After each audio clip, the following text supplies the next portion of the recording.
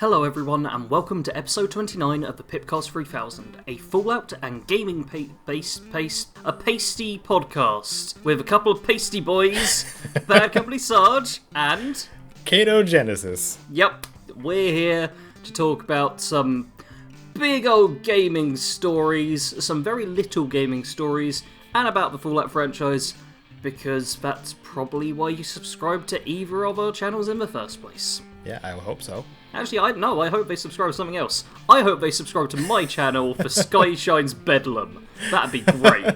I hope you all subscribe to my channel because of the very recent Witcher stuff I did. I mean, that's actually somewhat And likely. that's actually pretty accurate, I think. Anyway, you'll notice on screen there's a whole bunch of timestamps, so if you don't fancy listening to a podcast, then why are you here? But if you don't fancy listening to a specific topic, you can always skip to the next one, or you can go back for reference at any point. You can even split up the podcast into multiple chunks. Don't have a full hour and a half, or however long this is free. Listen to one bit, just stop at a segment, come back to it another day at the same part. Isn't that handy? Well done, Caedo, for always putting those in. And, speaking of useful stuff, Caedo, do you want to give everyone the tip of the day? Yes. Crank up the music is the tip of the day in whatever game you're playing. If it is Fallout, try turning off the Pip-Boy radio if you've been listening to that the whole time. Because, believe it or not, there is a full soundtrack of, like, ambient tracks that you can listen to as well in each Fallout game. And that's worth a listen to as well, I believe. I remember in Fallout 3, one of the things that I think the person I was living with at the time or something like that, I turned off the radio and they weren't used to it at all. And they heard the combat music and they're like, what is that? And I'm like, that's the music from the game. And they're like, whoa, I didn't know.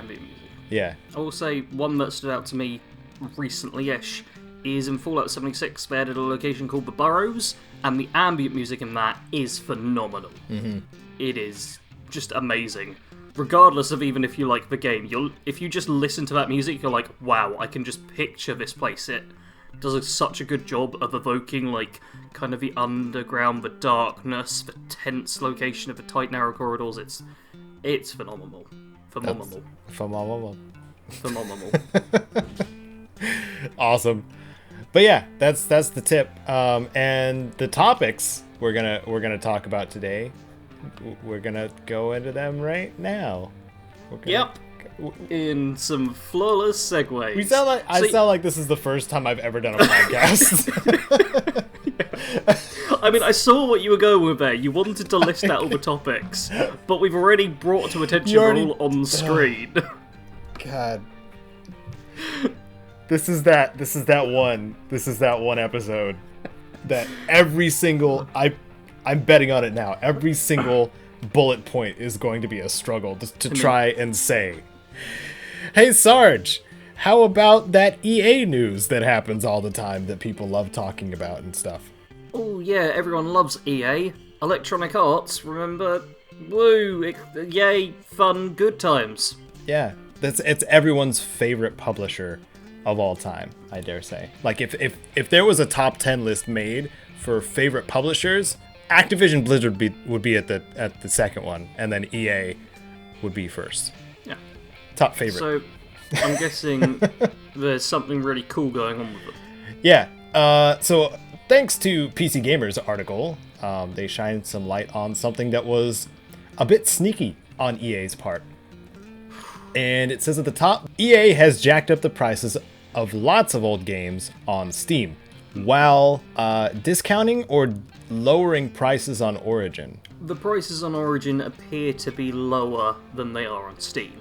That is what I was able to find through my extensive research of just searching a few of the games on Origin and being like, oh yeah, that price is lower than that price. Yeah.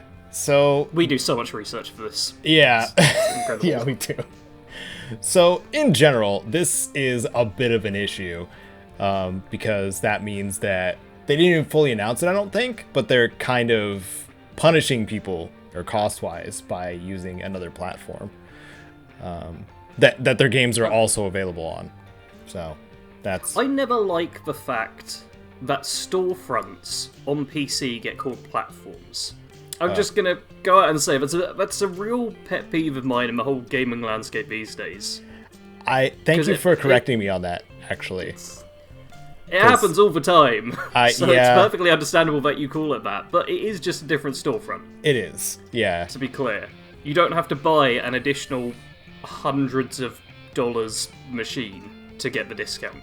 Yeah, so, anyway, yeah, I don't know if there was an outcome from this, because this was a little over a week ago. It's probably a week and a half ago when this podcast goes up, is when this was reported on.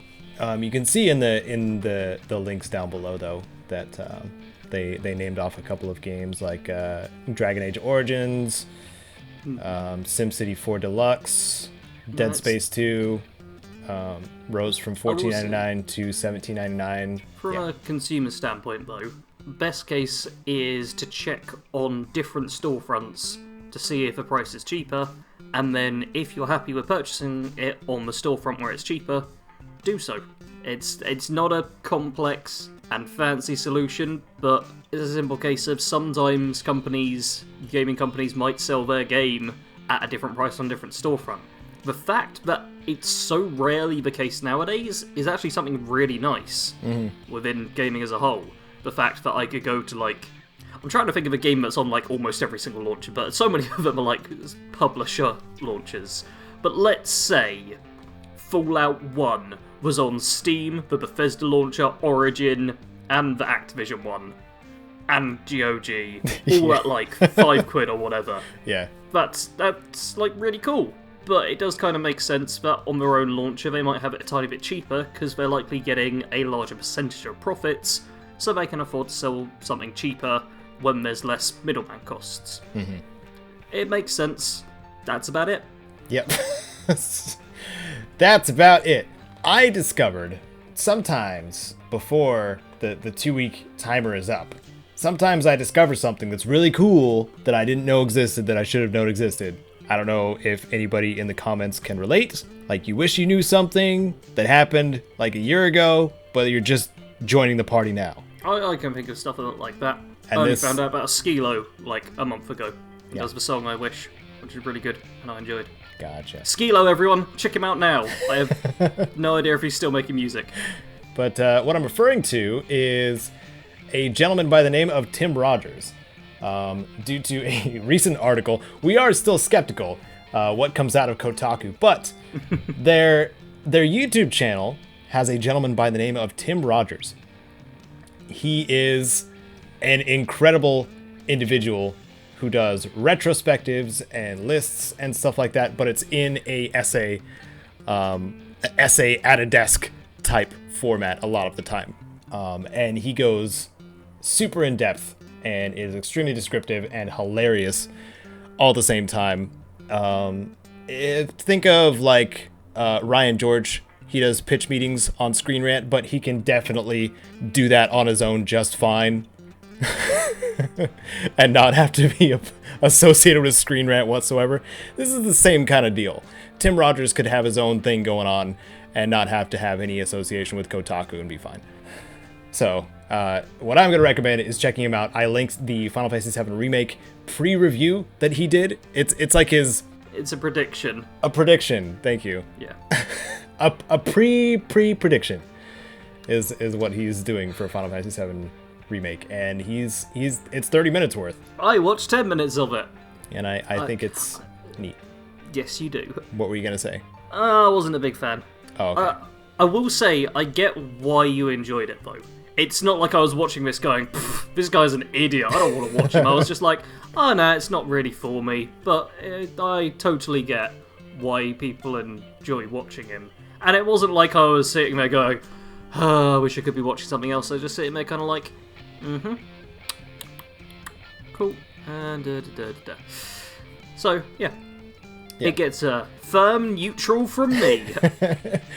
It's another one of those, because he does such long-form content too, is if you have any inclination for passive listening, like you probably are with the podcast right now, he is another source of that.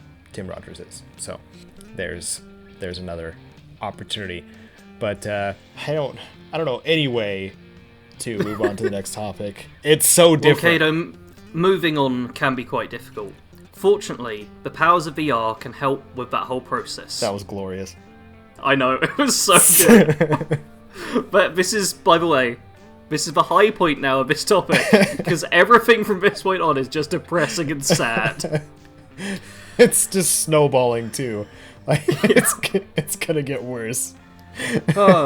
So, oh god, this is so difficult to talk about. People die. Yeah, that's a good starting point. Yeah. Sometimes people die, and often those people are known by others. And people are like, oh, I don't like it when someone dies, I wish they were still alive. It's a very understandable frame of mind to be in. Nothing wrong with it, it's normal. You don't want to lose people, that's fair enough. However, somehow, if there was a way to bring them back in some form, that's when things get a bit different. And that's what happened when a company brought back a woman's dead daughter in VR. Yeah. So, oh man. I got a link of, like, the Korean site that you can, like, Google Translate. It's still a rough translation, obviously. But you can kind of get the gist of, like, what was being... There were actual tests and professionals, like, putting this VR situation together for this lady. And the fact that it's a documentary gives me that weird, like, is it more for entertainment type tick, which is all kinds of wrong too.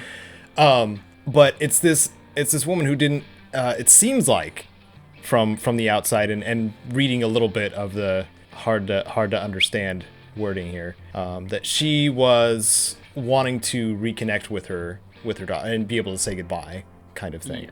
Yeah.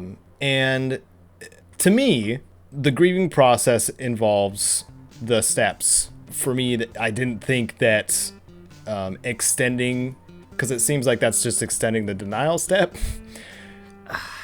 It didn't seem like it's a healthy way to deal with loss, because there's no good feeling way to deal with loss. Like that's just not gonna happen.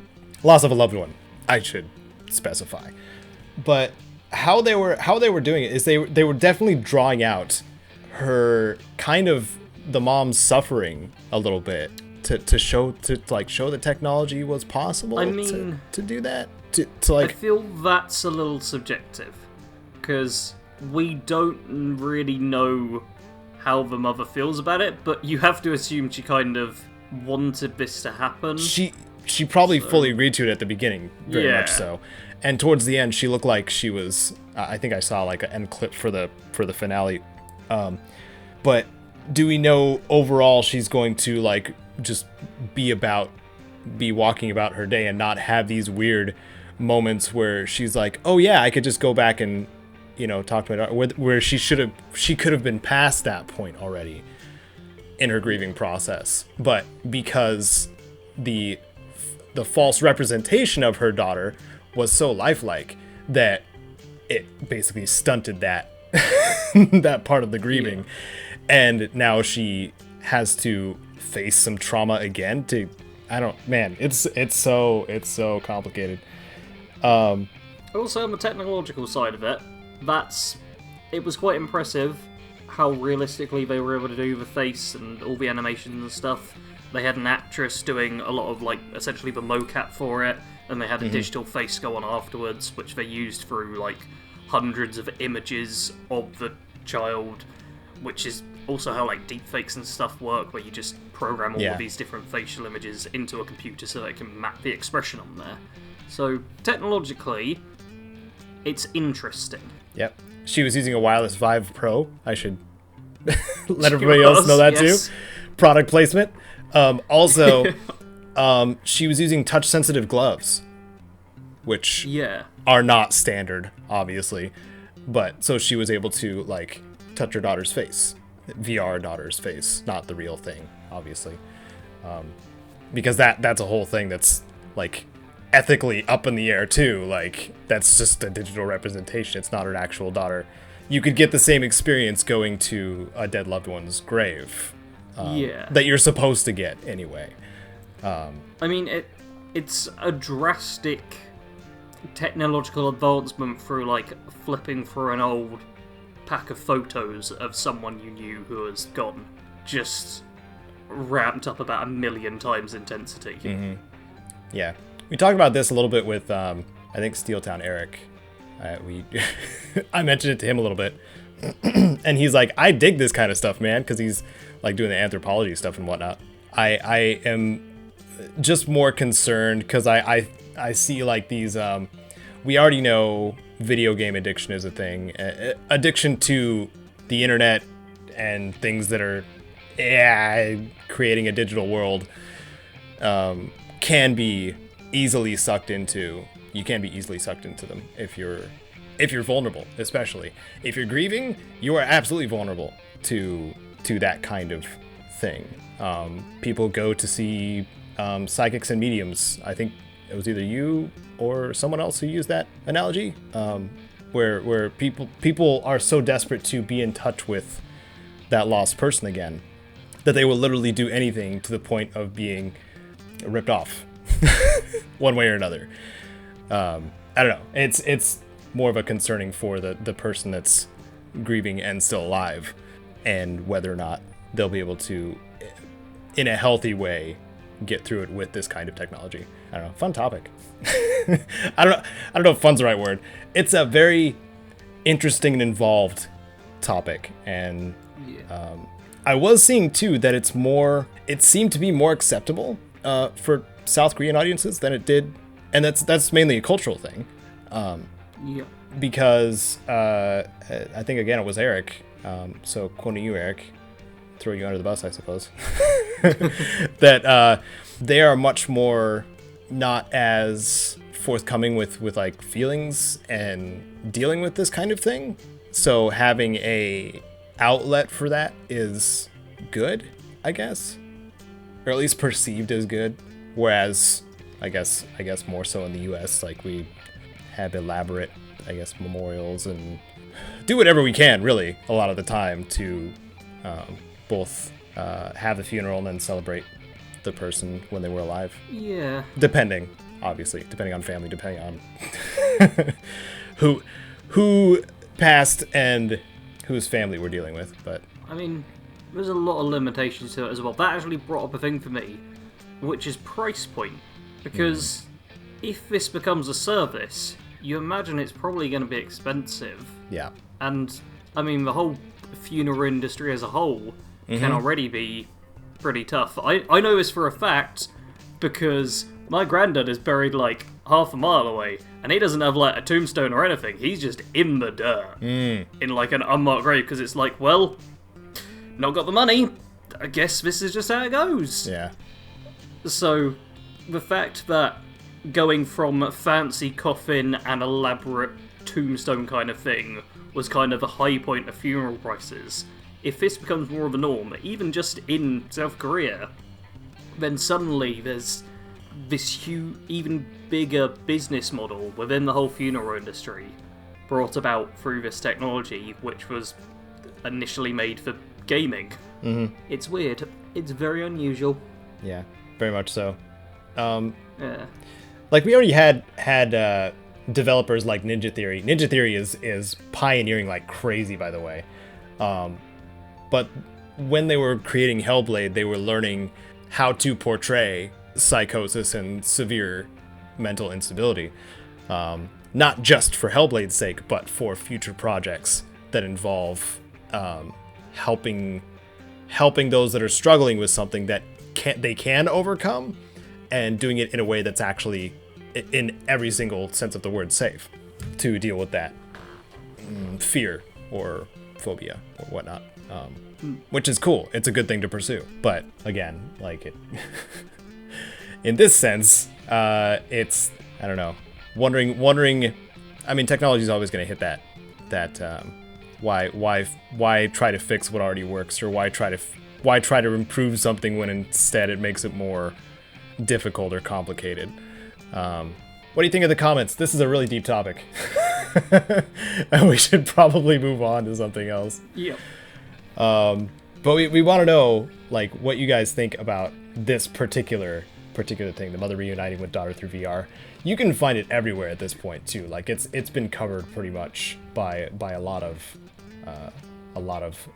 gaming journalists, outlets and other like more general, because it's just something everybody deals with. So not the VR thing, the dealing with loss thing. So moving from one not so surprisingly controversial topic to one very surprisingly controversial topic is that recently, just a few days ago as of when this will go out, Tim Sweeney, who is the CEO of Epic Games, was at the DICE Summit and gave a little speech. It was 33 minutes long, will be linked in the description. There's an IGN video of the whole thing, and cannot recommend highly enough that you listen to the entire thing. Because what happened online was a big old hate train! Which mostly centred around quoting half sentences and then spinning it in whatever way you fancied. Yeah. It's something along the lines of bad Epic Game Store, Tim Sweeney bad also. Yeah, despite the fact that both Caedo and I, for the record, have watched and listened to this entire speech, and once again, listen to this. I put a tweet out earlier on the day of recording telling anyone involved in gaming anyway, if you play video games, if you make video games, if you report on video games, watch and listen to this. It is... It's amazing for both the right and the wrong reasons. Yeah. So first up is a bit of general overview. The speech itself, I will say Tim Sweeney, not like an amazing presenter. No. He was visibly nervous throughout the entire thing. Yep. Stumbled a bit here and there. It wasn't one of these, hey everyone, I'm gonna go and present this now. It was very much... Yeah, he didn't Todd Howard it. No. He's very much clearly just a professional within the industry who isn't a personality so much as just a person. Which I personally quite like. But that's just me. It does mean if you're going to listen to it, be prepared to watch someone who's not giving, like, a TED talk or something. He's giving a speech to other industry professionals, giving his views on the entire video game industry and what he wants the future of the video game industry to be. And there is so much to talk about here that Caedo has split it into 4 points. Before we go into that, though, I just want to say the general gist of the stream of their speech was all kind of good stuff that people generally seem to want. There was a lot of positive things in there that the gaming community as a whole will often kind of go as their cause and be like, yeah, we want this.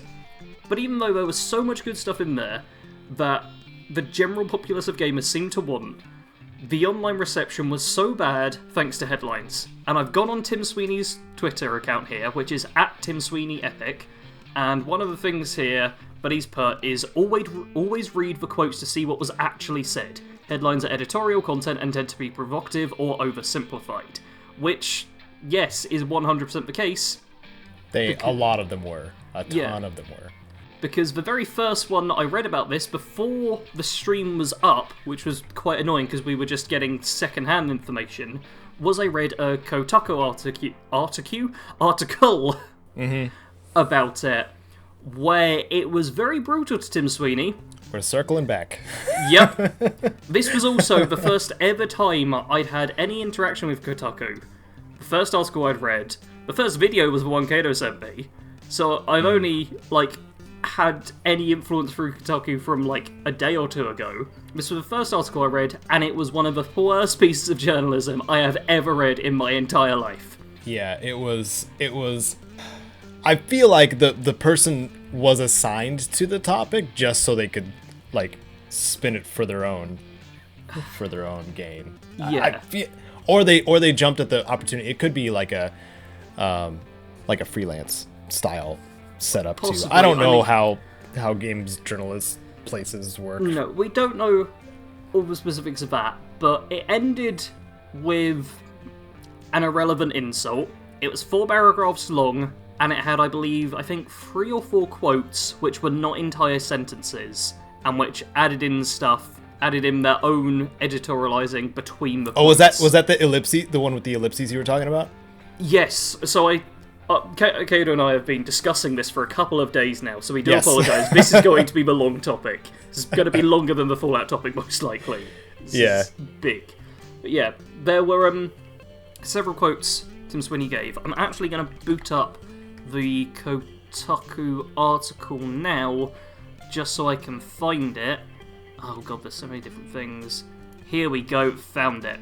Yep, the article's... It's not too terrible at the start, it doesn't look so bad.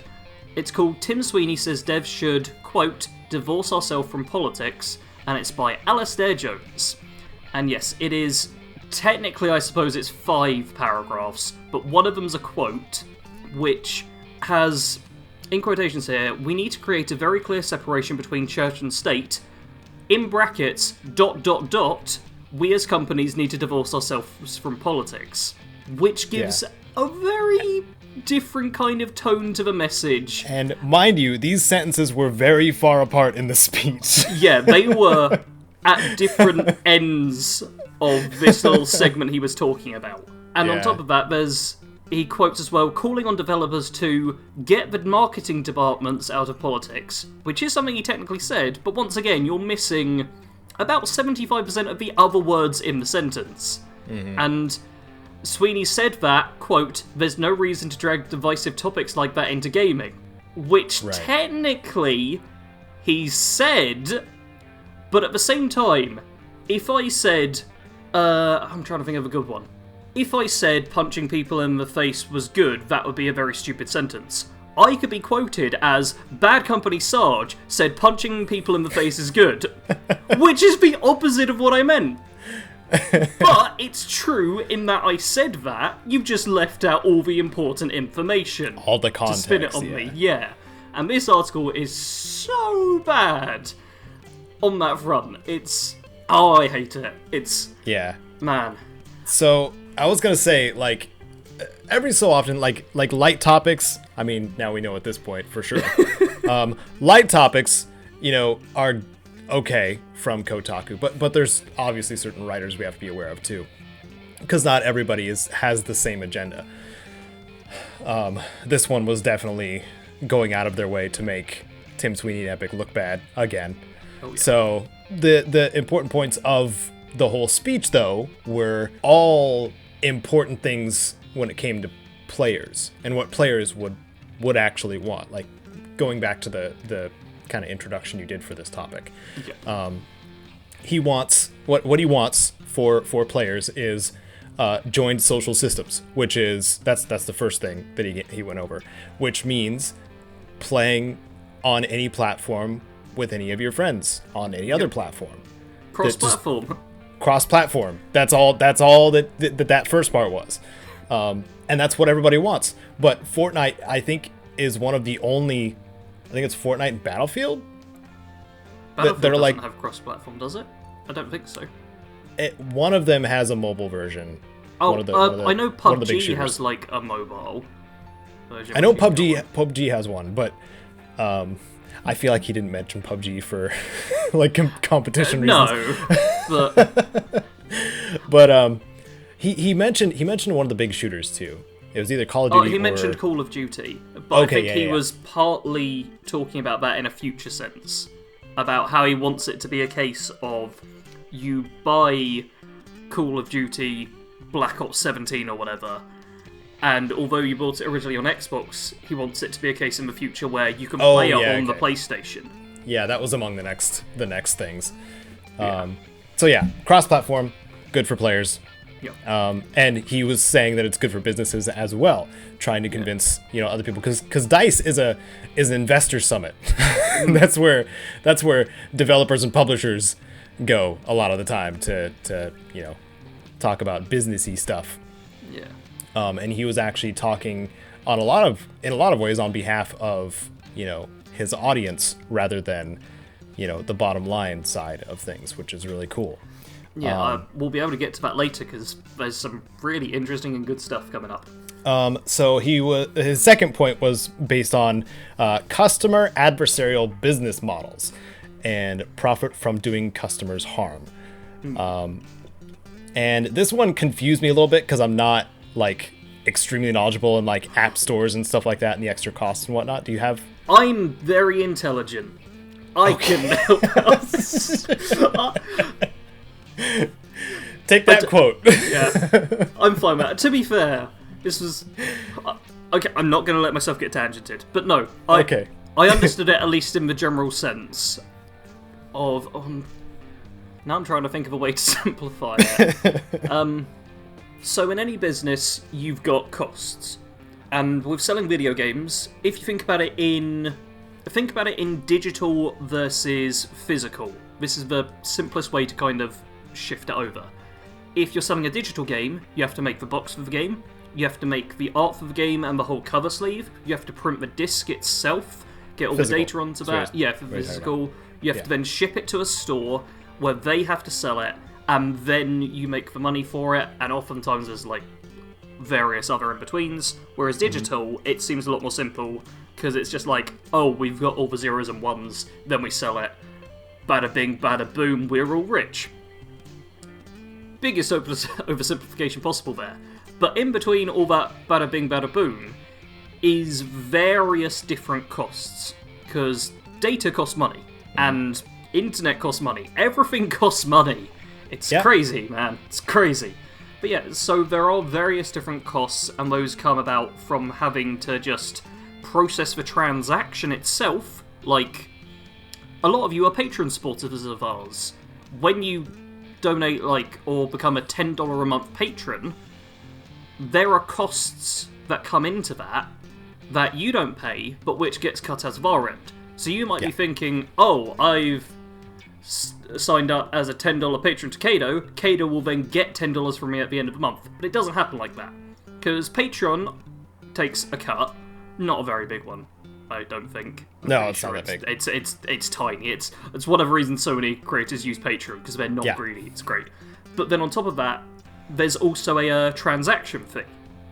So some of the money just goes to, well, it cost for this to be all sorted out through the computers and all the systems that sort it out, so we need to take a small amount of money from that. And that was a large amount of what Tim Sweeney was talking about there, and how on some sites they can just ramp it up because they have complete control. And I know he mentioned like Apple as an example of that, where because they've got their one storefront, and if you're on Apple, you're using the Apple Store, they can up their transaction fee to not just be covering all of their costs that they need, but to also make them a huge profit.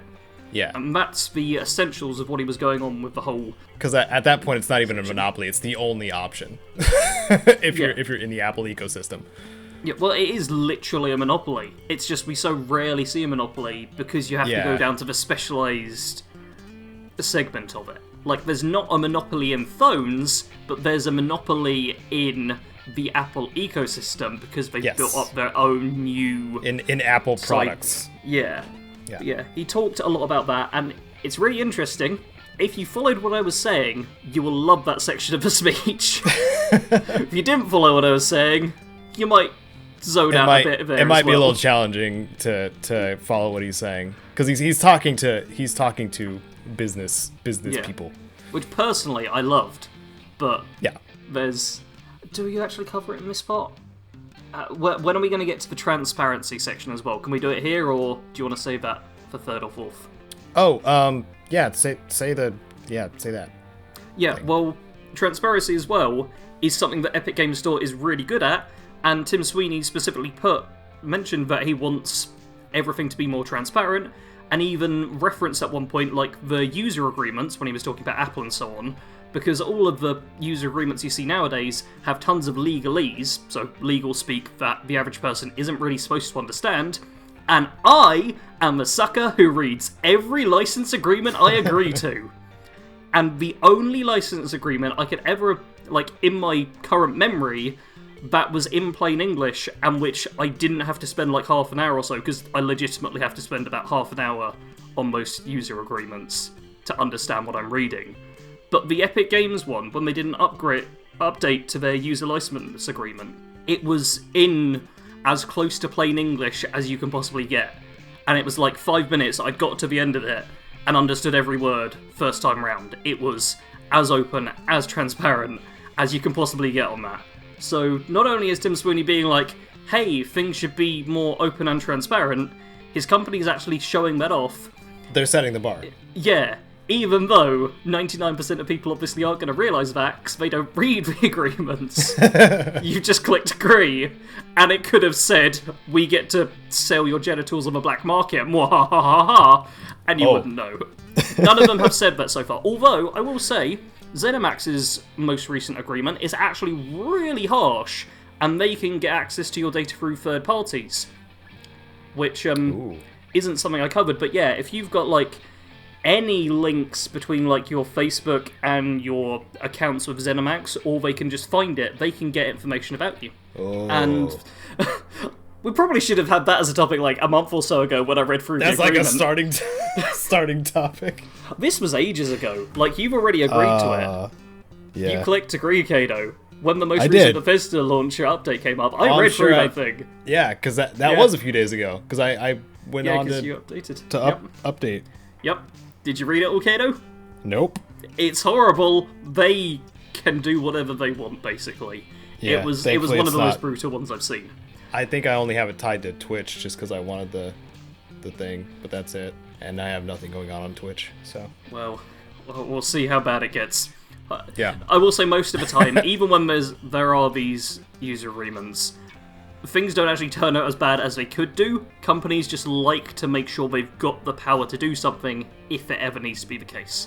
Yeah. And 90% of what's in there never comes to pass. Yeah. Which well, is that can easily be referenced back to the Blizzard Activision thing that was going on with Warcraft 3 Reforged too. Yeah. Getting full ownership of player-created stuff. Yeah, I think another reason why I wasn't so shocked by that last week is because I've read ones that are worse. Yeah. Anyway, let's get back onto the topic. Yes. Caedo, yes. I take over before I tangent more. Okay, so Mr. Tim Sweeney decided to go into the more challenging topics when speaking to investors and other publishers, which was going against publisher business models that are pay to win and that contain microtransactions that are, harmful or gambly. Yeah, he specifically called out loot boxes there. Yeah. So he was trying to show the example of what they did with Fortnite. In their Battle Royale, they've never had a loot box or surprise mechanic in the Battle Royale mode. They had their loot llamas in Save the World, which was the player versus environment, the original mode of, and they're separate games at this point, the original version of Fortnite. But since then, long since then, they switched it over to an X-ray llama, which is you can see all the stuff inside of it, and you can choose whether you want it or not, or just wait for the next one. Yeah. Instead of just like constantly like spending your V-Bucks on these llamas and trying to get, some piece of equipment or hero that you want and not getting what you want. He said something along the lines of, it's akin to gambling except you don't get the money payout. Yeah. It's gambling without the money at the end. It's gambling without the money. And that makes it gross. That makes it even more gross maybe when you say it that way, because people walk away frustrated and whatnot. His solution, he offered a solution too. Because he showed examples of the cross-promotion that they were doing with Marvel and Star Wars and other things.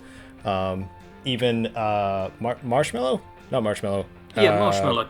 It was the concert that he spoke about, but that's something slightly different.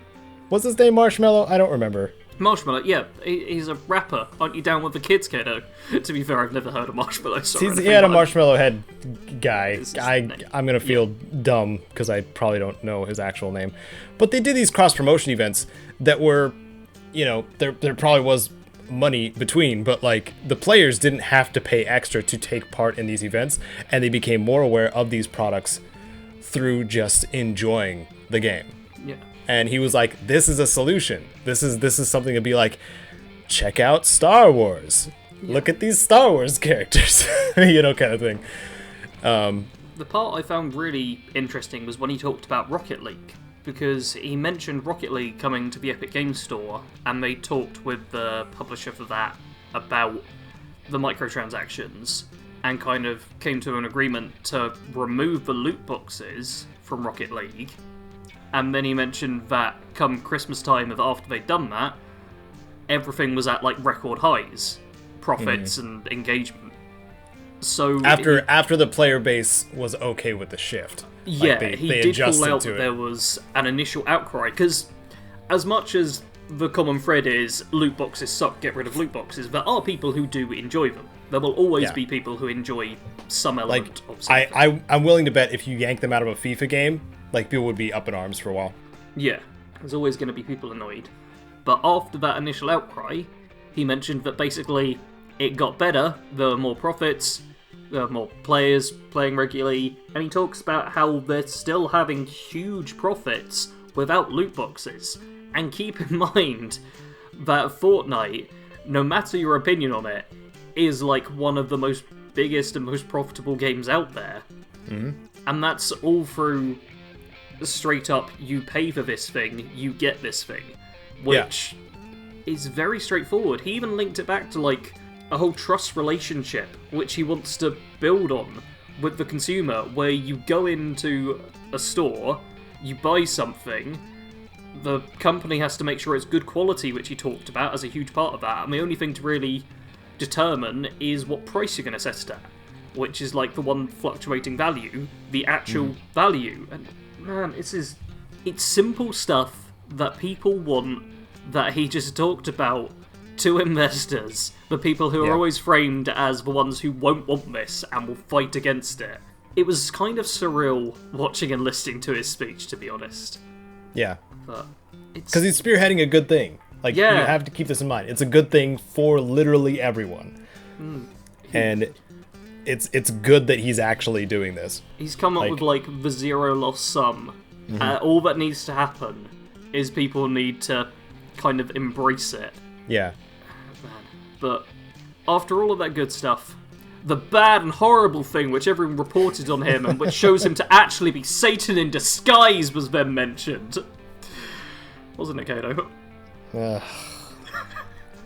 It wasn't even that bad, and no. The only thing that I noticed was a mild inconsistency in what he said, but what he meant was, the main subject.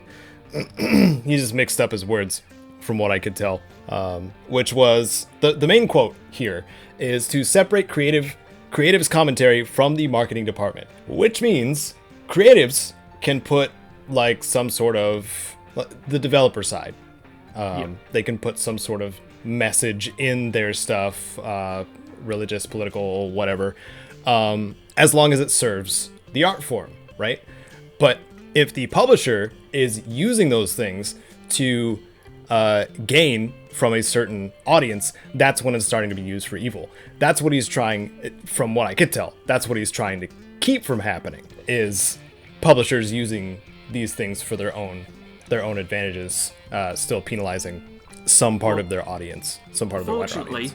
Tim Sweeney on Twitter sent to clarify, and I've got a couple of tweets here, which I even linked to some people who I saw online doing some very angry stuff, and who I no longer hold as much respect for, because I'm like, wow, you just jumped on that and sunk your teeth in straight away. I know which one. I think you know who. I know one of them. Yep. I didn't read it on purpose. Here, but no. So Tim Sweeney puts, here's one of the key views I shared at DICE. If a game tackles politics, as To Kill a Mockingbird did as a novel, it should come from the heart of creatives, and not from marketing departments seeking to capitalise on division. And then he replies to that as well. And when a company operates an ecosystem where users and creators can express themselves, they should be a neutral moderator. He double typed there. Man, entire message is ruined. Yeah. Else the potential for undue influence from within or without is far too high. Which essentially is a case of what you've just said, yeah. If you're making a game and it does have a message, that is fine. What shouldn't be the case is all the advertising and all the pitching of it to everyone shouldn't be entirely focused on, this is the right thing, you're gonna get triggered, or are you on our side? Yeah. Which is sensible, and I actually saw an advert the other day which kind of led into the whole political thing, and I really didn't like the advert. Even though the message it gave was something I agreed with wholeheartedly, It very much just was seeking to use this political message to promote its own product, which had nothing to do with the actual thing. And then at the end, they also put up this little thing which was like, winner for Advertising Diversity Award 2020.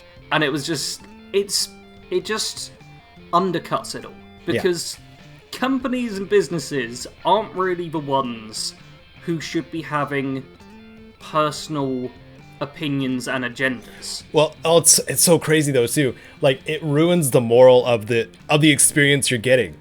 Also, because like once the greed starts seeping in to like the actual game that you're supposed to be experiencing as a storytelling experience, then you get this like this like, this leader of this country is the absolute worst, am I right?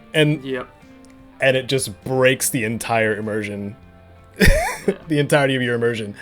But I had a good example of the creative side just having their own kind of freedoms to do as they will, without any like major outside influence. And I was going to use Death Stranding as an example because it has a whole bunch of things that are, of course, referential to modern day, but it's still a self-contained story, and those things do apply to the story. So they're still within that boundary, I guess.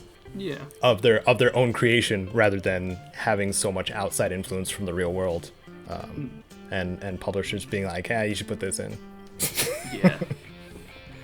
The big problem is, controversy gets a lot of attention. So obviously, marketing departments and publishers and the money people, they all obviously want to go for that because it generally benefits them. It kind of comes about from the old, what's the old saying? There's no such thing as bad publicity. Yeah.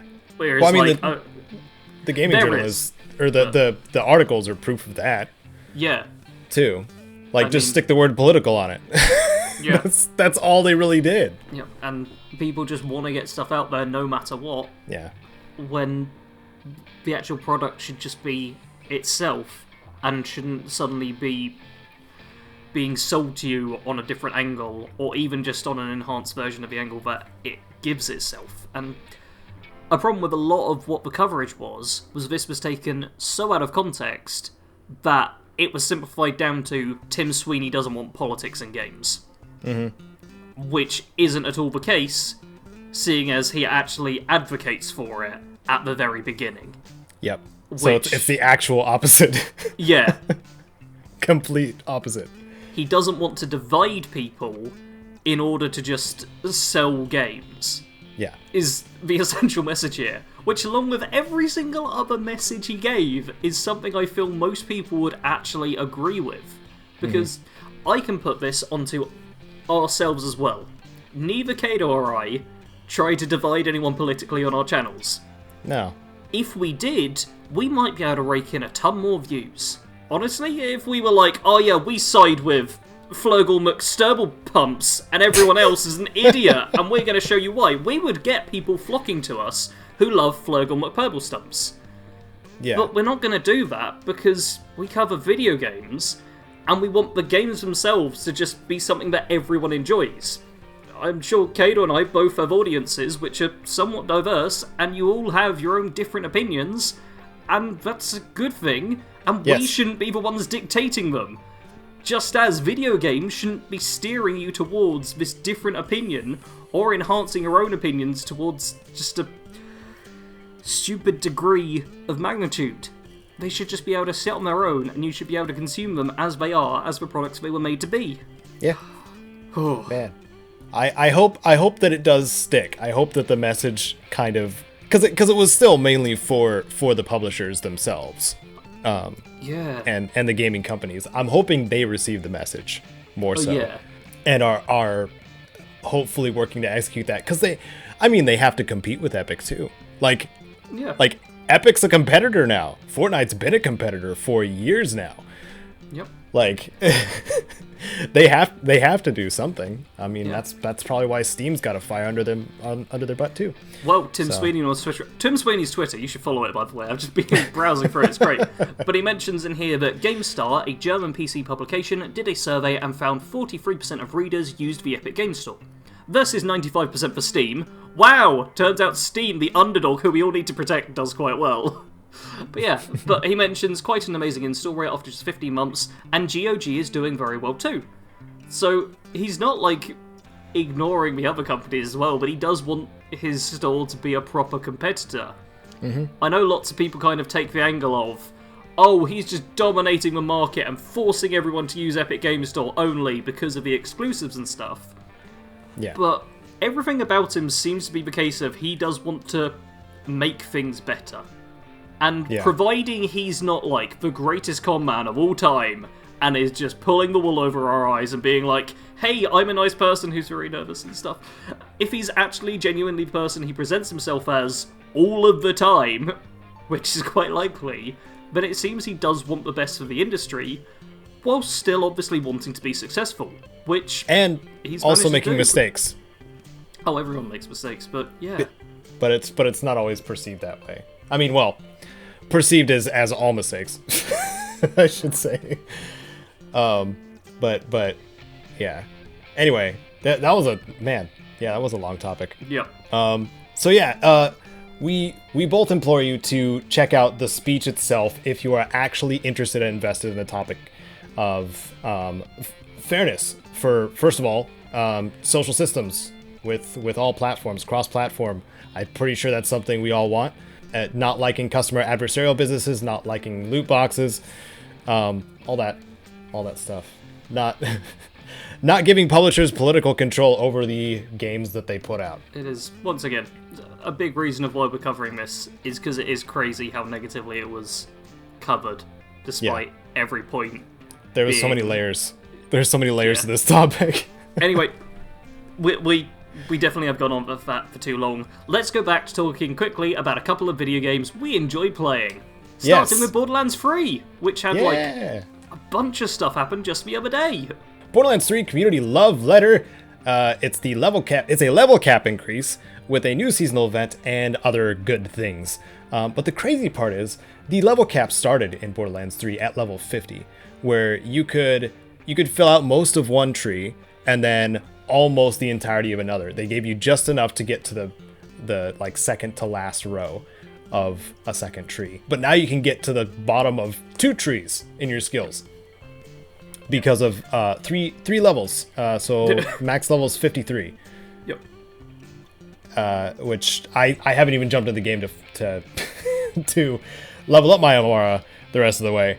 But I'm sure it's going to be broken by the time I did jump in game earlier. I haven't leveled up my flak yet, and I do want to, but it was just weird seeing a few items which was like, oh, this is above my level. That's kind of cool. So true takedown mode, is that permanent now? The Malawan takedown is now scaled? I haven't checked that. To party size? Okay, so that's supposed to be scaled to party size, it looks like. Don't get discouraged if your team keeps getting wrecked in the true takedown mode when it goes live in the February patch. Let's see. Developer roadmap frick, I'm all over the place, man. You are. Do you want to restart that from before the takedown bit? No, I'm good. No? Okay. Performance and stability increases. The skippable cutscenes update, which skippable cutscenes is nice. Is something that should have been there from the beginning, but it's good that they're making that change now. Yeah. It's because they were in-engine, as far as I can tell. Like, that's why it was so hard to get them to be skippable, because it would, like, screw up character placement and models and stuff like that in the cutscene. Guardian rank toggling. Your Guardian rank is, like, your badass rank from the second game. I'm pretty sure that's been implemented. I didn't actually check, but when I jumped on just yesterday, I noticed I couldn't scope in when I was down for Fight for My Life, which I believe is one of the perks from Guardian rank. It is. So I think it's automatically toggled to off unless you toggle it on. Because I went down and I was like, sweet, now I'm just going to snipe this person. Oh god, I can't snipe this person. But it's good to have that as a toggle. Yeah, so being able to disable all the overpowered abilities you get on top of your standard ones with the Guardian rank, you can actually toggle them off. And for those of us that create videos, may still create videos. I don't know if I'm going to go back to Borderlands 3, honestly. But if I decided to go back and wanted to have like an unaltered kind of experience captured to cause people to question me a little bit less when I'm playing the game, you can just flip it off now. Event toggling during the seasonal Bloody Harvest event, we heard the community loud and clear you'd like a way to opt out of an ongoing. Okay, okay, so that makes sense too. Main menu bit, when you go to boot in, there's an option which will say, at the moment it's like disable, what's it called, Bloody Hearts? Is that what this recent one's called, with Valentine's Day one? Broken Hearts. Thank you. Yeah, so you can disable Broken Hearts, which is I should have just said Valentine's Day event. Yeah, but yeah, you can disable that event now when you go in there, so if you don't want it to be any different from just for regular time, if you don't want to participate in the event, you don't have to. There's just a lot of stuff they've done to make it customizable for the individual user, which is beautiful. Telegraphing revives. Ooh! Okay, so Fight for Your Life improvements are being placed. Mayhem 2.0. Mayhem 4 already happened, but there's more changes coming. Yeah, they still want to change some stuff for Mayhem, which is cool.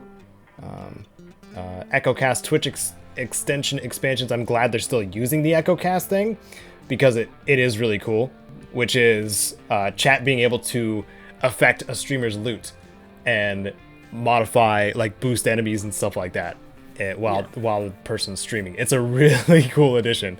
Pretty sweet. And on launch, it was like the coolest thing to watch. Let's see. Balance changes. Talking about more balance changes. I mean, I don't really need to go over that. There's a lot of balancing going on with Borderlands 3. So the only other thing we need to mention is the Valentine's Day event that is currently going on. Yep. Which is very simple.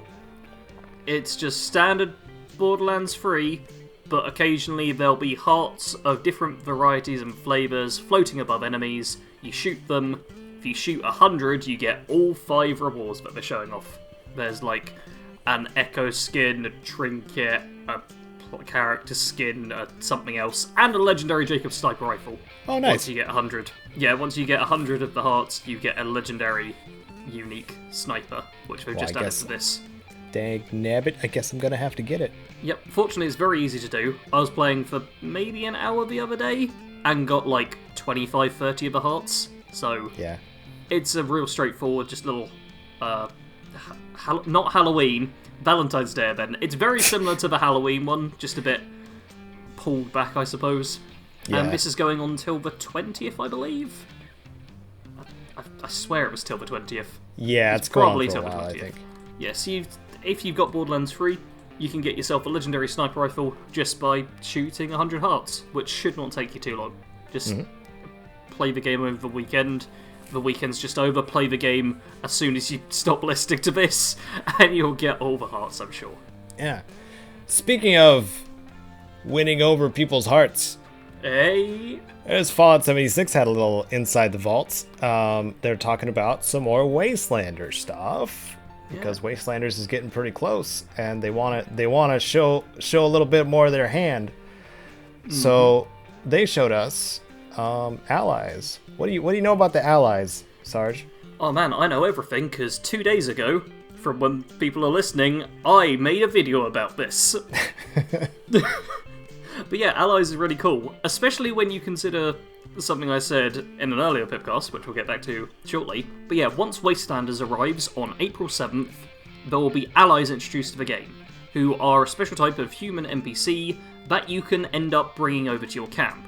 They're similar to companions from previous games, but they've got their own little twist and stuff to make it work for the whole online Fallout, and they've got some really cool stuff as well, which you didn't always see in the previous games. So first up, how you kind of recruit them. They don't give us all the details. This isn't like a step-by-step breakdown of a quest or whatever. This is just press release, kind of. But you can get them on your side through conversations or by proving yourself in some way. Quests. You can do quests to get them on your side. Yes. The whole conversation thing, I really dig. Because that makes me think, like, charisma might come in handy at long last in 76.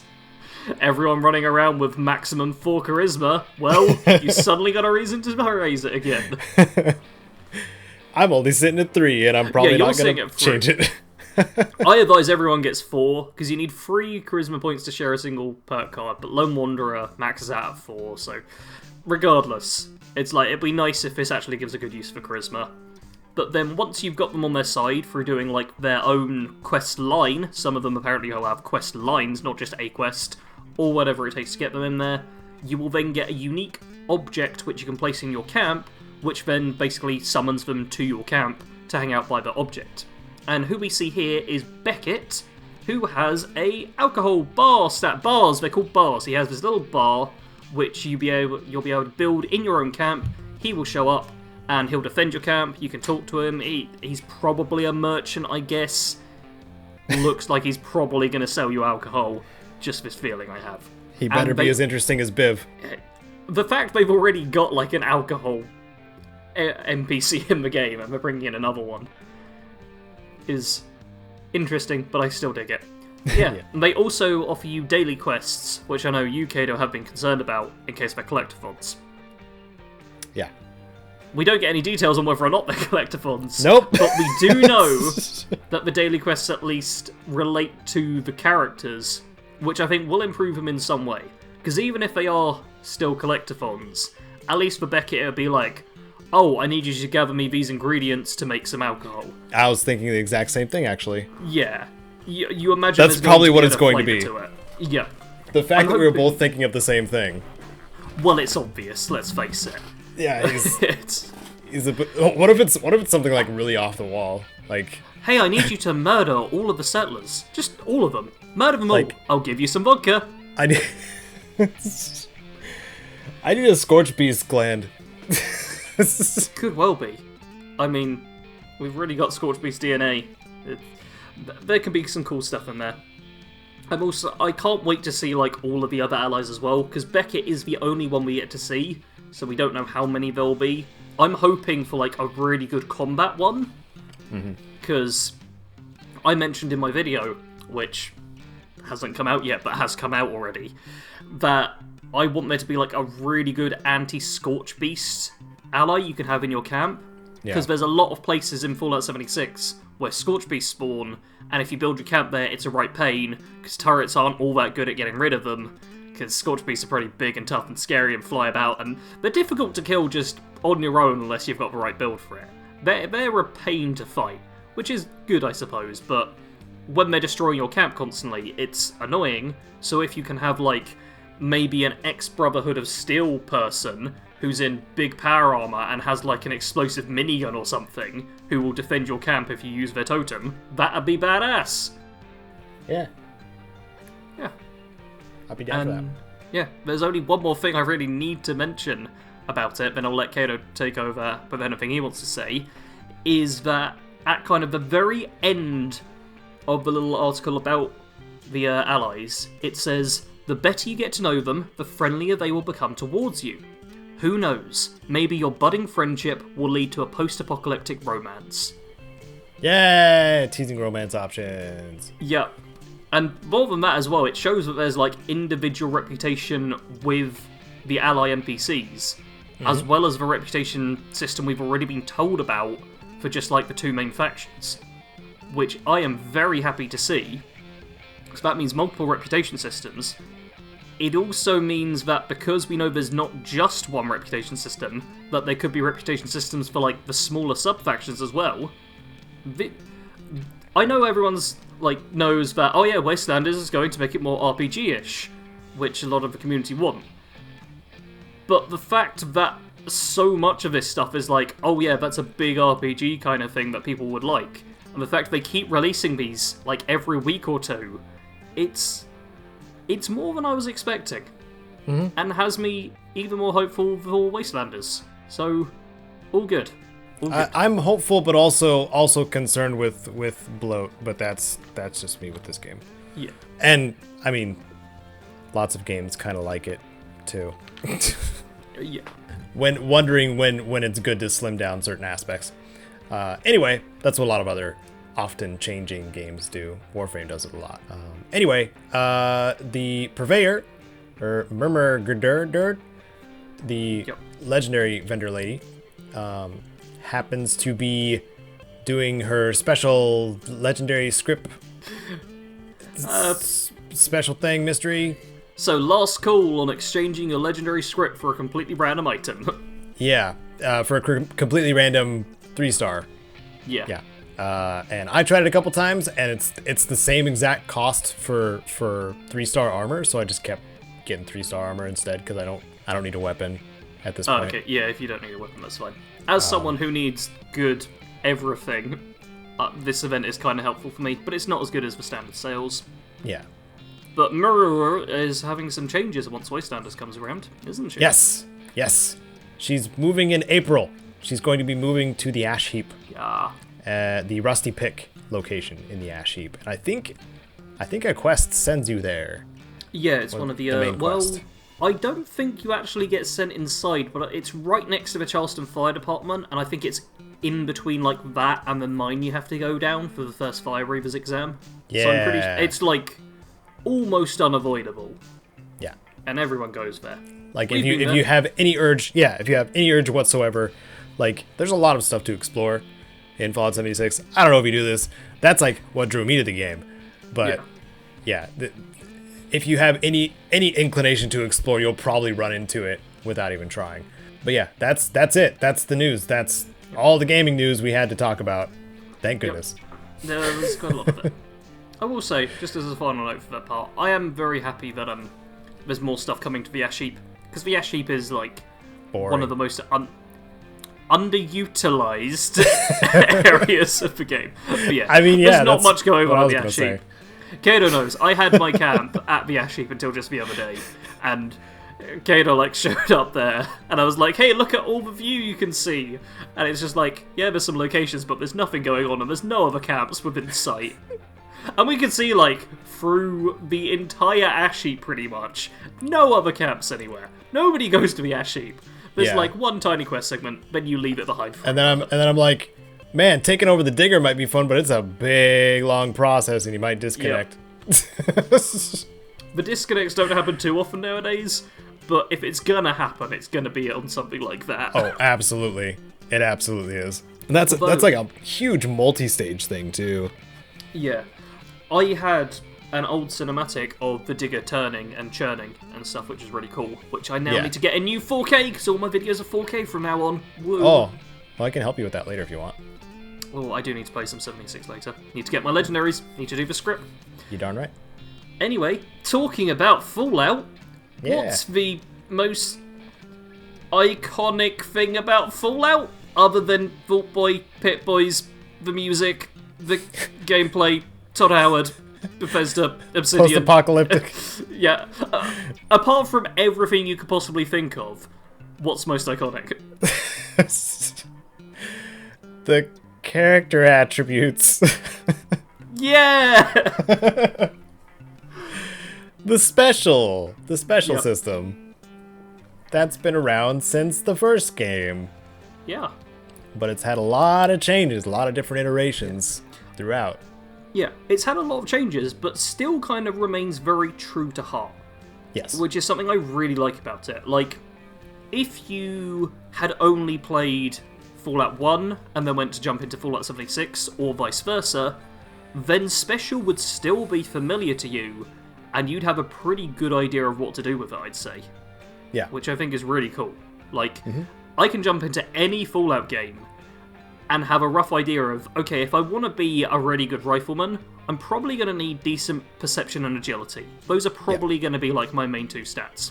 If I want to go for a big tanky melee guy, strength and endurance. If I want to be a charmer, lots of charisma, maybe some luck. Who knows? It's nice how you can just have that as like a shorthand throughout the franchise. But we're going to break it down. No freestyle? Cool. Well, Caedo can go on now, but I've embarrassed myself. Yeah. Well, it's I wasn't ready. Also, I'm not a rapper either.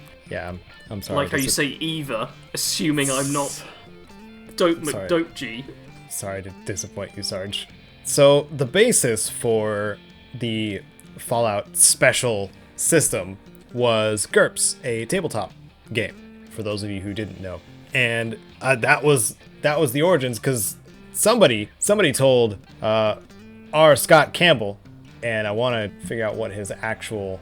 Okay, he's one of the masterminds behind the original Fallout. Among other contributions, he wrote the story for the game and laid out many of the major non-player characters and locations. So he was one of the main dudes for both Fallout and Fallout 2 in kind of setting the stage and stuff like that. But he was basically handed, when he was working under Interplay, somebody was like, we should make the game with the GURPS system. And he's like, all right, so that's what they did. It's not a very exciting story, I don't think. The special system essentially comes from old pen and paper RPG days, where you'd have like a character sheet and need to put this stuff down. I always, even though it's not directly related, I always relate it to Dungeons and Dragons. Yeah, if you play any tabletop or any pen and paper, like associating attributes is like the start of your character, the basis of your character. So, like, if you see it in one game, you've kind of seen it all, unless it's got this really weird term for it for each attribute. Some games do that too. Their own little things. Yeah, like Wasteland.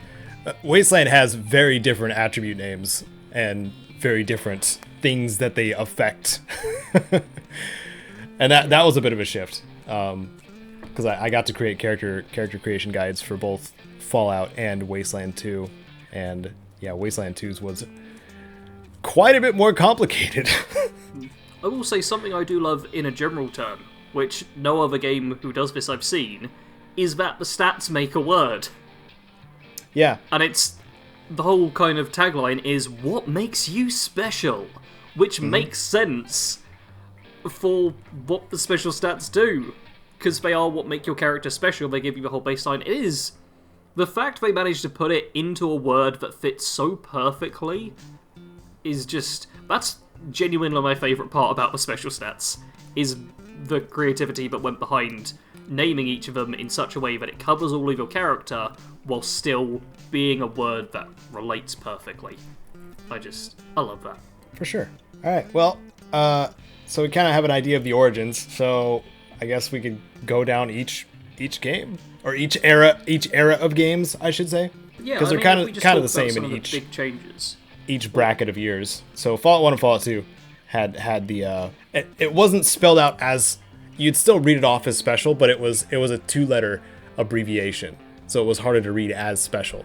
So it was STPENCHINAGNLU or LK. I don't remember which. I never noticed that. Yeah. I've played the old Fallout games, but I did start with Fallout 3 in New Vegas, I suppose. So I was probably familiar with Special. Yeah. Yeah, that feels weird. Yeah, so I didn't read it as Special when I played Fallout 2 for the first time, because it didn't even register as a word. No, it was Stupeg-Ingaluk. Pretty much. Yeah. So it was really straightforward. Strength affected a lot of your durability drive stats as well as endurance. Your perception was directly affecting your accuracy and your skills that were a little more precise, which was like kind of explosives and lockpicks and stuff like. Well, no explosives weren't really a thing. Probably traps and lockpick. Then of course your charisma and intelligence were kind of in that interact and speaking niche. A lot of characters were built, with charisma and intelligence in mind because they had the easiest time, because they had to kind of be hand in hand in the classic games. Because if you play like an idiot character, you can still be good looking, but you still won't get all of the good speech checks because your dude can't form a sentence. Yeah. So you, and then if you had higher intelligence, you'd be able to take on, use charisma on a scientist, which, had all sorts of different benefits, like getting, augmentations or cybernetic implants and stuff like that. It got pretty awesome. I think the medicine or first aid, doctor skill, you could combine like science, intelligence, charisma, and make all kinds of cool things happen for your character. And then of course agility, arguably, at least in the first 3 games, the most important attribute. Wow, that's a big old saying there. Mm-hmm. But I would not disagree at all. Yeah, because if you're, especially in Fallout 1 and 2, you will get random encounters. Even if you're running a charisma intelligence character, you will get random encounters. And if you have to flee, you better have more agility. Yeah. Well, agility was action points there. Mm-hmm. We should, of course, point out. Yeah, which is agility. For either running away or using items. It's like, if you want to do anything, you need your action points. Yeah. So in my character creation guide, I recommend 6 agility or higher because it is definitely arguably the most the most important. You can get the bonus move perk multiple times if you want to, which gives you two action points for the sake of movement, which is nice. But even with a melee character that has like an agility of 9, you still want to get bonus move because then you can close the gap a lot faster and have more attacks. Yep. Or use those attacks and run away. Yeah. Got to use that guerrilla warfare. And then luck, of course. In the first games, it was a bit more wide. It had speech modifiers sometimes. It was definitely an encounter modifier, and it also affected your critical chance like it does with the newer games. Yeah. Luck's always been kind of that slightly different one, where it's kind of shown as being, hey, this affects a lot of stuff, but it's never going to be as straightforward as the other 6 stats. Mm-hmm. Which is nice. I like it. So what happened with the Fallout 3 and the Fallout New Vegas? What were some of the differences there? Ooh, now I've got to try and remember. The Fallout 4 and Fallout 76, I can definitely remember all of these. I know that 3 in New Vegas, one of the biggest changes was what stat suddenly became perceived as most important. Because all of a sudden, intelligence became king.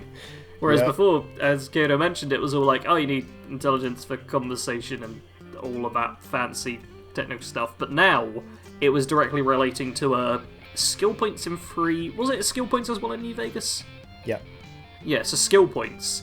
And you want lots of skill points straight away from the start. So 9 times out of 10, when you go into Fallout 3 or Fallout New Vegas, or if, like me, you've made builds on those games, everyone's like, oh, you need intelligence 9, then you get the bobblehead or the implant to make it 10 as soon as possible. I guess I shouldn't completely omit that it does give you skill points in the first 2 games too, but agility is still the most important. Yeah. I mean, in the first 2 games as well, it was like, what, out of 200 out of 300 on the skills or something, wasn't it? I swear. Yeah, first game it was 200 max, then second game it was 300 max. Yeah, so it was like, considering 3 in New Vegas are 100 max, and I believe have less skills than the first 2, it's like, you can properly max out your character with top intelligence on 3 in New Vegas. Whereas in the first couple it was like, hey, you'll be slightly better. Yeah. So yeah, intelligence suddenly became king, and it's not entirely stayed that way, but kind of stayed that way in the more recent games as well. But we can talk about that in a bit. I'm trying to think of any other big changes, because everything else was fairly similar, to be honest. I don't think you mentioned strength as carry weight, did you? I think you might have skipped over that. I think I did. Carry weight and melee damage is mainly its main thing. Yeah. Something I do like in 3 in New Vegas is that a lot of the perks as well were dependent on your special stats. So, like... Same in the first 2. Yeah. But not in the later ones. Sort of. Nope. Sometimes. Maybe. But yeah. A lot of things you need, like, oh, you need 6 strength and 6 endurance or whatever for this perk. I can't remember any of the specifics, I'm afraid. But it was quite cool having that relate to certain perks and lock you out of certain other ones. That was nice. Is there anything else you could actually remember specifically for 3 in New Vegas? Because I swear I'm missing out on something big. That you still did get limitations. I mean, you kind of already mentioned that. From the first 2 games, you still got limitations on how far you could build your character. You could get pretty close to God tier, but not get 10s across the board. Except for in Fallout 3, the almost perfect perk. If you get that before you get the bobbleheads, you can get 10s across the board, which is absurd. I don't know why. I mean, looking at 10s across the board is nice. I will say that. It is nice. But I think they were just like, screw it towards the end levels. Like, I think it's like 28. Is it 28 or 30? It's level 30. I swear it's like the final one. Okay. I think it is. Yeah. But yeah, it basically lets you, like, once you've kind of got to the end of your character, you can make them perfect if you work on it really well. Yeah. Which is, I like it as a choice. If it was an earlier perk at all, then no. But the fact is, right towards the end is pretty cool. Yeah, New Vegas puts more of a limitation on it, even though they give you like some pretty substantial attribute boosts from the end of some of the DLCs. Yeah. Old World Blues and Lonesome Road. Lonesome Road just gives you a free point Yeah. once you beat it, and Old World Blues gives bonuses based on the parts that were removed and replaced. Just quite cool bonuses. Anyway, happy to move on to 4 and 76. I'm going to include. Okay, I mean they have pretty different systems. Yeah, but I think we can get most of it, because intelligence still affects XP, which, if you didn't know, in Fallout 76, intelligence affects XP. They will never tell you, nothing tells you, except for me and the one guy in the comments who first pointed it out to me. Yep. Because that's a really well-hidden secret within 76. It is. Like, I still run into people in-game nowadays who have no idea. It's like, mwahaha! Get smart, you get swole. Whoa! That's the trick in 76. Yeah. Perception. I feel like this is going to be for the early games as well. Compass sticks. A higher perception helps you show up enemies on your little in-game compass earlier, which is one of the few reasons I ever like to go higher perception. So you can be... It kind of ties into stealth. You can get the drop on enemies easier, because you might not be able to see them, but on your little compass you get the little red dot or the red arrow or whatever, which is a really nice little tiny bonus, which seems real inconsequential when you first get into it, but in certain situations can be so handy. Mm-hmm. I will say charisma, we should have mentioned this in New Vegas as well, but charisma has become a dump stat throughout the past few Fallout games. Yeah. Fallout 3, charisma could be a dump stat, but it still had some bearing on your speech checks. Yeah. So if you wanted to be really successful in speech, low charisma will hurt you. In New Vegas, you could go low charisma, 100%, 100 speech. I was gonna say, like, in the first game it was a dump stat also, but in the second game it became incredibly useful if you wanted to have a party. Yeah. So that relates to New Vegas, I suppose, in some way, where a charisma stat helped with your companion. Companion bravery? I can't remember the exact name for it, but it's something along the lines of that. It still is a dump stat, because you just get Boone at 1 charisma and he's still a god. It does not matter. Mm-hmm. But yeah, charisma's become even more of a dump stat than it once was, I suppose. Quite sadly. But I don't care as much as I should. I'm sorry, everyone, it's just... Yeah, that's fine. That's fine. No, Wastelanders might change it a little bit. Yeah, I hope it does. One final point I want to have to the special, before I'll let Caedo wrap it up with anything else he has to add, is the perk chart in Fallout 4, and I suppose to an extent the perk cards in 76, do relate to your special stats. And the perks you want, if you wanted Pain Train in Fallout 4, you need 10 strength as a base. Yeah. Which I kind of like, kind of dislike. I go back and forth on it all the time. Because it means, like, the best example I can give for it is I'm a sniper. That's like my natural playstyle. I'm normally a low perception sniper, because that's for me isn't that helpful. Because at long range, the percentage is always worse than what I can aim manually myself, because I enjoy sniping in video games. I've got the practice. It's like, my character is always worse than I am. But in 4 you're forced to build perception to get the perks. No. Anyway. In 76 I'm forced to, because the perk cards for rifle damage are all in perception. So I've got like 14 or 13 perception in 76. In Fallout 4, I actually... Yeah, I'm looking at it, because in Fallout 4 they're mostly VATS based. Yeah, it's all VATS based at the higher ranks, and you only need perception 2, I believe, to get rifleman. It might even be Perception 1, I can't remember. What were they? I'm pretty sure it's 2. It's 2. Yeah, because I Yeah, have the but poster up. you get the Perception bobblehead right at the start of the game as well. Yeah, and also, what were they doing with Perception in Fallout 4? I mean, there's some good stuff in there. There's some weird stuff in there too. Refractor, everyone! Yeah. Boo boo boo. Refractor And made no sense. also Demolition Expert. That made me angry for how far down you have to go for that one. I kind of like Demolition Expert being in there for the throwing arc. I think that makes sense as a perception. Yeah, no, I like it being there, but I don't like it being costing 5 perception. Oh, okay, that's fair enough. I mean, we could always restructure the Fallout 4 perk chart. We'll do that next week. Why not? Or week after. Make sure to tune in for that, everyone. Yeah. No, I kind of like how special is determined that way. Because if it doesn't account to that, it's purely on the stats. This way it means in like 76 I am playing a high perception character, despite the fact I normally wouldn't care about perception. And that does get me using VATs a bit more. Between the amount of points you get to work with for attributes between 76 and Fallout 4. Fallout 4, you can level up your attributes as much as you want. Yep. Because it's the same point you use for your perks too. Yeah. Every time 76 has a very complicated system, which we probably shouldn't go into. Considering it made up like an entire segment of my beginner's guide. It made up like 8 minutes or something of like a 24-minute video. Basically, your maximum for each is 15. Yep. And they're each a point pool for the perks that you slot in. Yep, I think they total up to 56 points, if I recall correctly, that you spend between them, and boy oh boy.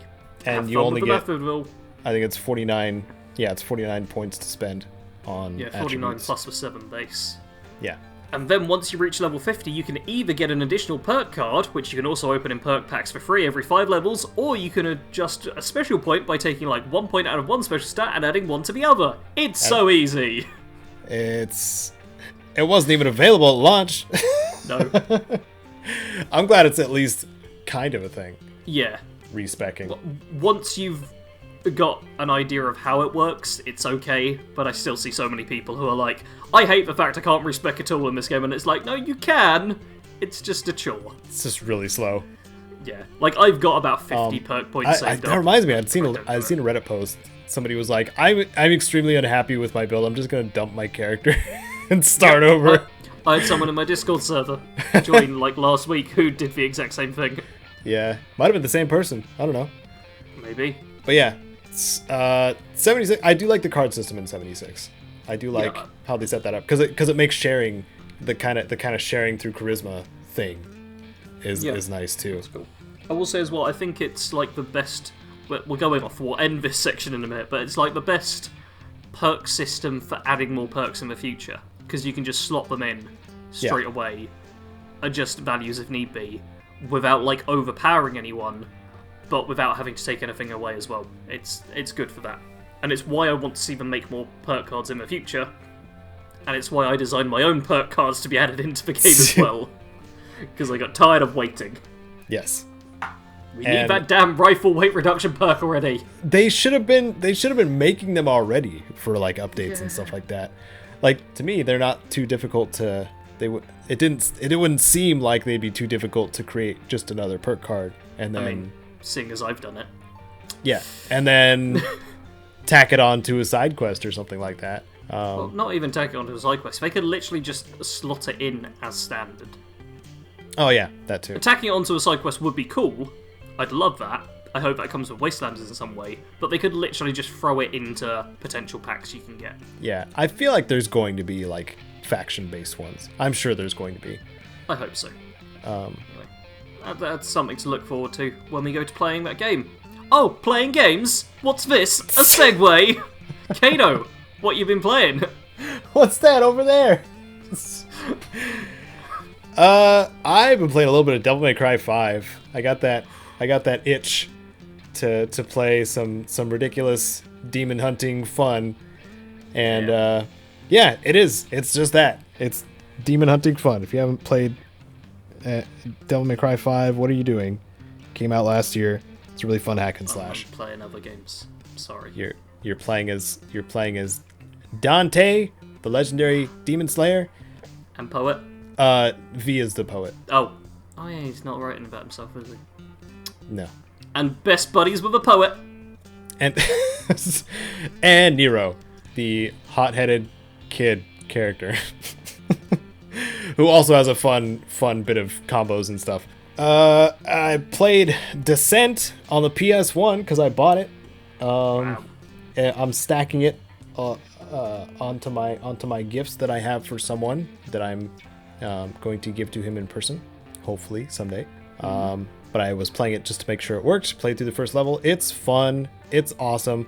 The controls are weird on the PlayStation, but it takes a little bit to get used to, and then it's just a blast to play. Same thing with XCOM UFO Defense. I got another copy of that to both hold on to and put in that gift box. Nice. Made sure that was working. And then I add the mod to XCOM on my PC because I realized that there was some pretty severe issues on the console version. And it's easier to control a PC anyway because it was a PC game initially. So I installed OpenXCOM, which is the kind of like open source fan-made modern computer modification for XCOM UFO Defense. Yeah. And it works great. And I was playing some Monster Hunter World Iceborne. Kite's been really getting into it. And I think while we're recording, I think Kite is still playing it. So what have you been playing, Sarge? Well, I beat The Witcher 3 just like a few days ago, I think. And I gotta say, I wasn't that big a fan of the ending. What ending did you get? It wasn't like the type of ending I got that annoyed me, because despite me not doing that much stuff, I basically got a good situation for everyone. Everyone I cared about did well out of it. Oh, okay. So it was like, it just all went well. But it just felt a bit dragged out and cliche at points. And there's something I don't like in endings, is what Fallout New Vegas does with like the slideshow at the end, which you also get a bit of in The Witcher, or Witcher 3. I don't like those endings, because it goes on to, and here's what everyone did for the rest of their lives. And yeah. A lot of my Witcher 3 ending as well was, and they lived happily ever after, which is the worst ending ever. I hate it. It's terrible. Yeah. I wasn't a fan of the ending. It's kind of put me a bit bitter on the game, because I should go back to the game and try and make some wallpapers from it, but I kind of don't want to go back, because I'm kind of like... Wait, did you play Blood and Wine? I don't think I have the expansions. That's another thing. I went to check as well. Sarge! I don't know if I have the don't which kind of bugs me. I can't tell if I have the expansions or not. If I have the expansions, I'll play them. You got it. But I don't know if I have the expansions, Caedo. And Steve's really unhelpful in telling me if I've actually got them or not. I can't work it out. What if you accidentally had them? I might already accidentally have them. That's the problem. The problem isn't me not having them, it's me not knowing if I have them and not being able to work it out. But yeah, if I've got the expansions, I'll go and play them. I do need to really go on and do some wallpapers, but I've got so much other work to do. I'm a busy guy. Yeah. I was going to say they're both really good, but Blood and Wine is... Yeah. But going away from that, because else I will rant about many people's favourite game for too long, I instead need to rant about many people's other favourite game, Final Fantasy VII. Which, that's my favourite. Yeah, I tried to get really into it after completing Witcher 3. I was like, cool, I've got this. Wastelanders doesn't come out for a couple more months. Let's beat Final Fantasy VII. Not enjoying it. Which, really? Here's the thing, there are several reasons, and not all of them are the game's fault. So first up, I grew up with Final Fantasy 8 and 9, which I think are objectively just slightly better in terms of how they play. Yeah, it makes sense. They are later in the series. Yeah. That'd be weird if it was backwards. Yeah. So it's like, there's a lot of things where I'm like, oh, well, this is a lot easier, or a lot more straightforward, or even just a lot more fun in the future games that I'm used to. It feels like I'm playing a downgrade at times, which kind of sucks, but it didn't put me off too much. Next thing is I am playing on PC, where the controls are not great, and it's just like another little barrier. Wait, you're not using a controller? No. Sarge. Which, I know that would be the good thing, don't get me wrong. I feel like I must have tried... I'm going to have to double check and see if I can try with the controller, because if I can get the Xbox controller to work, it'll be better. Obviously, you want to play it on a PS1 controller, because then it feels real.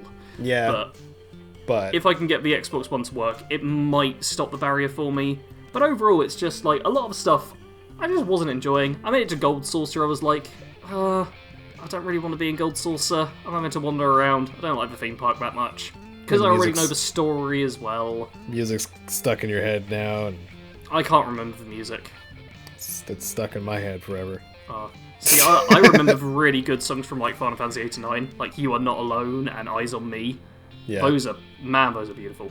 Yeah, so I might just call it quits on Final Fantasy 7, which is a shame, because it'd be a nice one to just kind of tick off and be like, yep, I played Final Fantasy 7. Seeing as I played so much Final Fantasy 8 and 9, like I've sunk over 1,000 hours into each of those games, it's like, I feel I should do a playthrough of 7, but we'll have to see.